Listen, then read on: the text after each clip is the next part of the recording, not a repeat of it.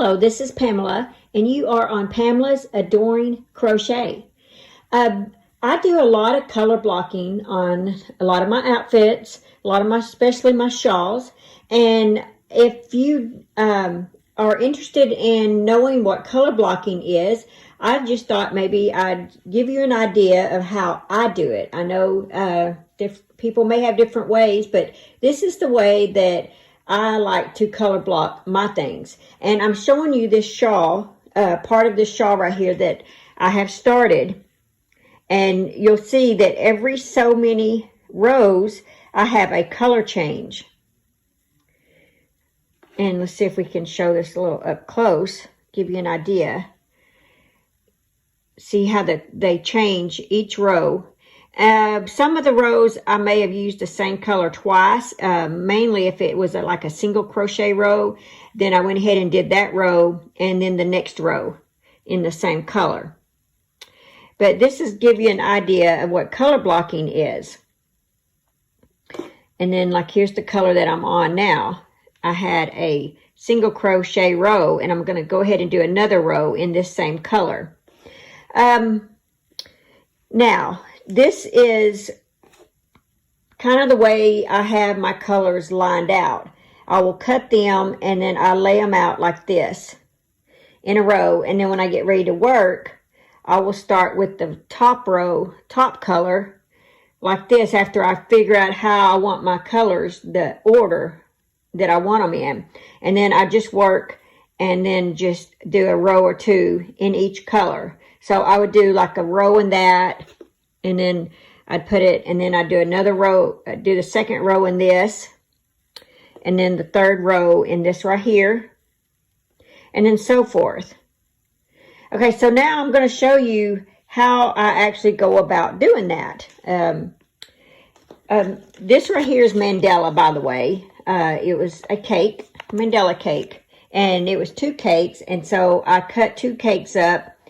And they were 2 different color cakes. And so I just combined the colors and made the colors flow. But let's take this right here. Just my stripe. I'm fixing to be crocheting a shawl called the butterfly shawl. And I thought these colors were perfect for a butterfly shawl. So I'm going to need 2 of these for the project. And I don't want the colors to just stop in the middle of a row. Now, some shawls, I don't mind that. But some shawls I do. Like this shawl, I do not want for it to stop in the middle of the row. And my butterfly is the same way. I do not want this shawl here to stop in the middle of the row. And so that's why I like to color block on some of them. But when I mean that is, say, like I'm working in this blue right here, and I may get all the way and then it stops like right here and changes over.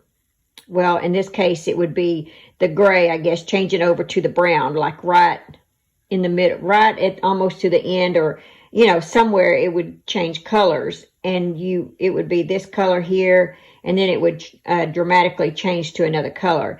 And some of my shawls, I really don't want to do that. So, I'm going to show you how I do that. And this one right here would be a good example because these colors are bright. So let me just slide these colors over a little bit. So what I do in this situation is I pull out my color like this.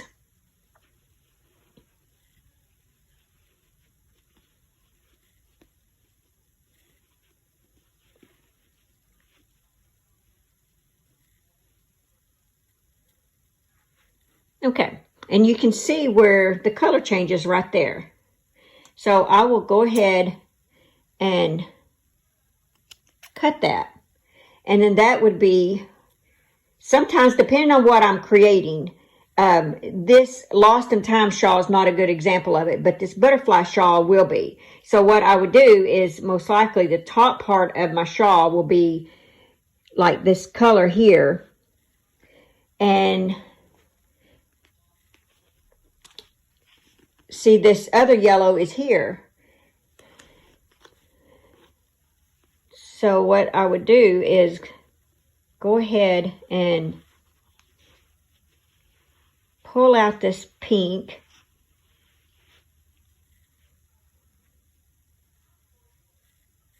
And you see the color change right there.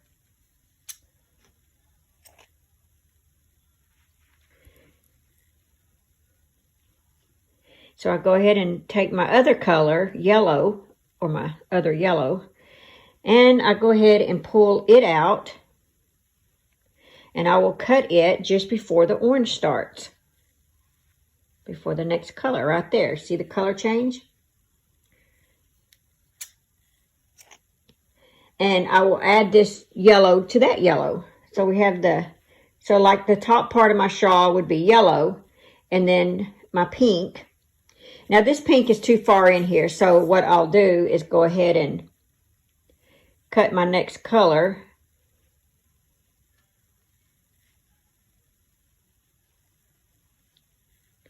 Because see, most likely, I don't mind doing this because most likely the shawl is not going to take 2 complete rows.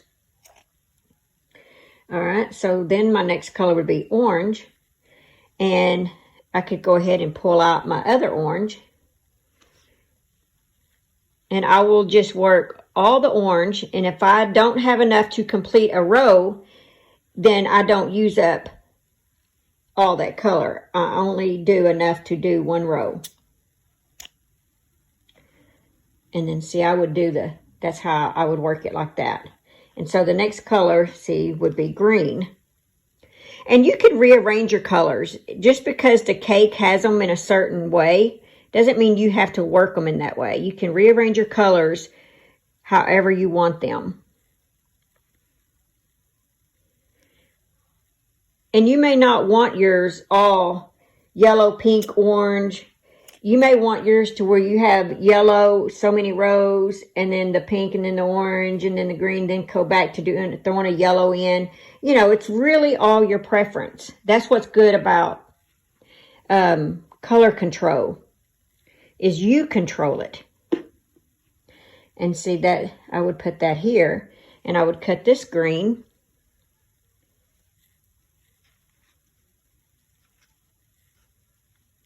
And that way, each row does not have where another color starts on it. It will be a complete new color. And then there's the change right there.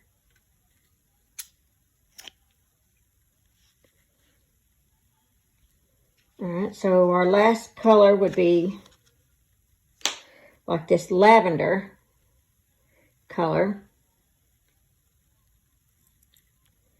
And we still have some colors left here. So I'm going to go ahead and cut these.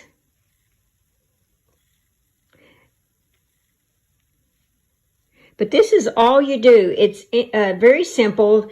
I know it may sound intimidating when you hear that someone has color controlled something. But this is all that they're doing. They're just taking the colors from a cake and separating them like this.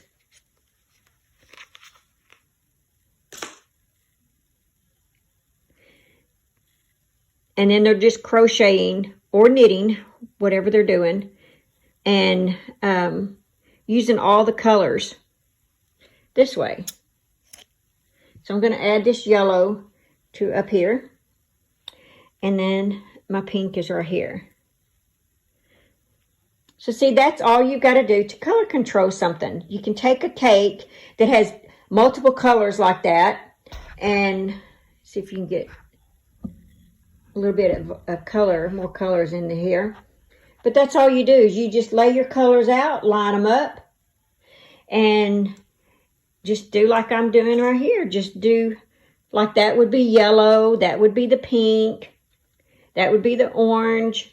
Except in this situation, when I do my butterfly, what I'm going to do is like, I'm going to use as much, all of the yellow that I can possibly use. So the first part of the shawl will be all yellow.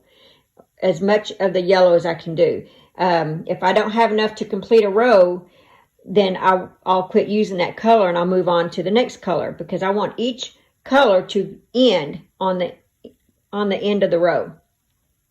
So that's all that I have on this. I hope that color controlling doesn't sound as intimidating as before. After you watch this video, I hope you can go to your cakes and pull out your colors and just cut your colors, line them up. And you can rearrange your colors however you want. You know, you can have it like this. However you want your colors to flow in your garment, in your shawl, your scarf, whatever it is that you're working on, that's all you've got to do. So I hope you have enjoyed this video. I hope that it has helped you. I love color controlling, and I think that once you get a cake out and you just cut the colors apart, I think that you would enjoy it as well. So please like, share, and subscribe, and leave the comments. I love the comments, and let me know if this video has helped you. Thank you very much.